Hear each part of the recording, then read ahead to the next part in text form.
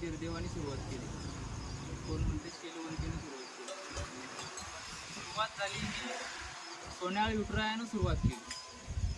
आणि महालिंगरायाच्या यात्रेचं मुख्य कारण म्हणजे एक मुंडास ते शिवपार्वतीकडून आलेला आहे, आणि दुसरी म्हणजे जगद्गुरू आणि ब्रह्मांड अधिपती आपला पांडुरंग कोडोली या दोघांचा नयनरम्य सोहळा बघण्यासाठी या हुलजंती भूकैलासमध्ये लाखो भाविक हजर व उपस्थित राहतात. आणि थोडक्यात सविस्तर माहिती आमचे गुरुवर्य मारुती दादा तुम्हाला सविस्तर माहिती देते.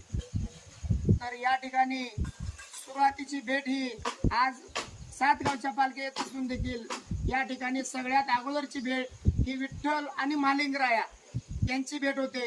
सोन्याळहून विठुरायाची पालखी येते आणि सगळ्यात अगोदर विठ्ठल आणि महालिंगराया यांची भेट झालेली आहे.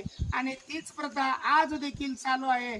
आणि सर्व देवांच्या भेटीचा नयनरम्य असा सोहळा झाल्यानंतर या ठिकाणी भाकणुकीचा 1 वर्षामध्ये काय घडणार आहे, पीक पेरा राजकारण अशा बऱ्याच गोष्टीवरून या ठिकाणी देवाचा महिमा या ठिकाणी आपल्याला पाहायला मिळतो. आणि पुजाऱ्यांच्या त्या देवाच्या होळीकडून त्या ठिकाणी भाकणुकीचाही या ठिकाणी सोहळा होतो.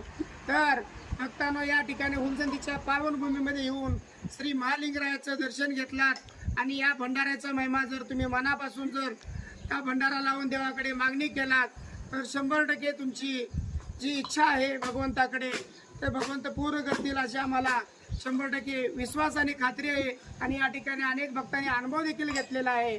आता जे एका भक्तांनी सांगितले की एका सायकल नसणाऱ्या भक्ताला आज 30 वर्षामध्ये 2 बोरवेलसह 5-6 गाड्या 2 व्हीलर 4 व्हीलर HCU बंगला गाडी बरंच काही दिलेलं आहे.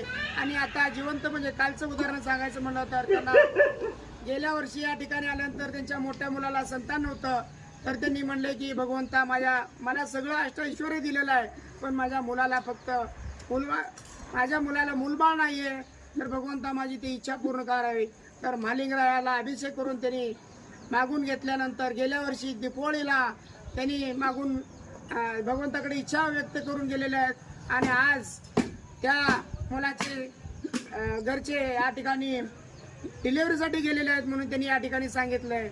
तर महालिंगरायाने त्यांचं मनापासूनची इच्छा त्यांनी ऐकली आणि महालिंगराया आज त्या ठिकाणी ज्यांना काय हवं आहे, ज्यांना काय इच्छा आहे त्यांनी मनापासून भक्ती केली, मनापासून त्यांच्या वाऱ्या केल्या, तर महालिंगराय 100% पावतो.